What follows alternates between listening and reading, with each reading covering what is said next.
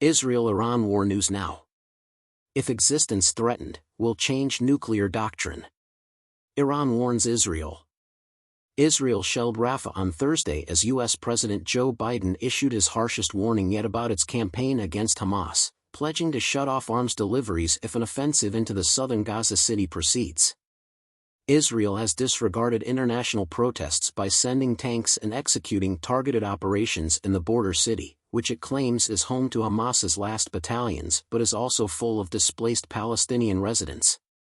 After AFP journalists reported intense shelling in Rafah early Thursday, the Israeli military said it was also bombing Hamas sites north in the Gaza Strip. On Wednesday, Biden told CNN that he would cut off U.S. weaponry to Israel if it continued its long-threatened Rafah ground offensive. Thursday, Israel termed the threat very disappointing. CNN quoted Biden as saying, "If they go into Rafah, I'm not sending the armaments that have been utilized to deal with the cities. We're not going to supply the guns and artillery shells." Israel took control of Rafah's border crossing into Egypt early Tuesday, the major assistance entrance point into Gaza. The White House decried the disruption to humanitarian supply, and the Secretary of Defense later stated that Washington had halted a shipment of heavy bombs to Israel after it failed to resolve Rafah ground incursion concerns. "Those bombs killed Gazans," Biden claimed in his interview. "Just incorrect." He said that the U.S., Israel's closest partner, was not walking away from Israel's security. Israel's ambassador to the UN, Gilad Erdan, branded Biden's threat a tough and extremely upsetting statement to hear from a president to whom we have been thankful from the beginning of the war. Egypt, Cairo, and the U.S. are engaging in Cairo talks to end the 7-month war. Extreme fear.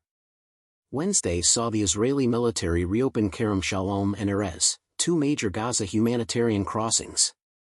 Israel closed the Kerem Shalom border after a rocket attack killed 4 troops on Sunday, but UNRWA stated it remained blocked. The army reported a lightly wounded soldier in Kerem Shalom late Wednesday. The Israeli military reported targeted raids on the Gazan side of Rafah crossing in the city's east before the heavy shelling overnight into Thursday. Displaced Gazan Marwan al-Masri, 35, stated the streets are vacant in western Rafah and that civilian life has entirely ended. Mohamed Ahmad Kishta, 29, stated, "We are living in Rafah in great terror and constant anxiety. Bombings are also targeting Israeli army-claimed safe zones," he told AFP. Catastrophic health. An emergency doctor in Rafah and Khan Yunis called the health situation catastrophic due to humanitarian access issues. "The smell of sewage is rife everywhere," stated Dr. James Smith. "The last few days have been worse. Due to border closures, southern Gaza hospitals had 3 days of gasoline left Wednesday, according to Chief Tedros Adhanom Ghebreyesus. All humanitarian actions end without fuel." The Gaza conflict began with Hamas's unprecedented October 7 raid on Israel, which killed around 1,170 persons, largely civilians, according to AFP assessment of Israeli official data. After vowing to smash Hamas, Israel began a military attack that killed 34,844 people in Gaza, predominantly women and children, according to the health ministry. Militants kidnapped 250 people too. The Israeli government claims 36 of the 128 in Gaza are dead. Truce discussions. According to Egyptian intelligence-linked Al Qahira News, Qatari, U.S., and Hamas representatives will continue ceasefire talks in Cairo on Thursday. A source said Islamic Jihad, which is fighting with Hamas, and the Marxist Popular Front for the Liberation of Palestine were also involved and are receptive to a settlement. Al Qahira confirmed attempts to iron out issues of dispute in the negotiations. Senior Hamas officials suggested the latest talks would be decisive.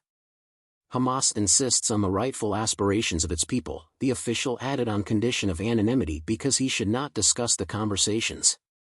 An Israeli official, speaking on condition of anonymity, said CIA Director Bill Burns met Netanyahu in Jerusalem to discuss the possibility of Israel suspending the operation in Rafah in exchange for hostage releases. The Hamas official cautioned that the Cairo talks were Israel's final chance to liberate terrorist hostages. Qatar, the mediator, called for urgent international action to prevent Rafah from being invaded and a genocide being committed.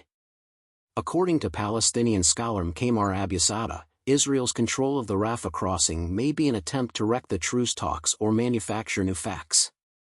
Netanyahu called the Rafah operation a very important step in denying Hamas a passage that was crucial for establishing their reign of terror.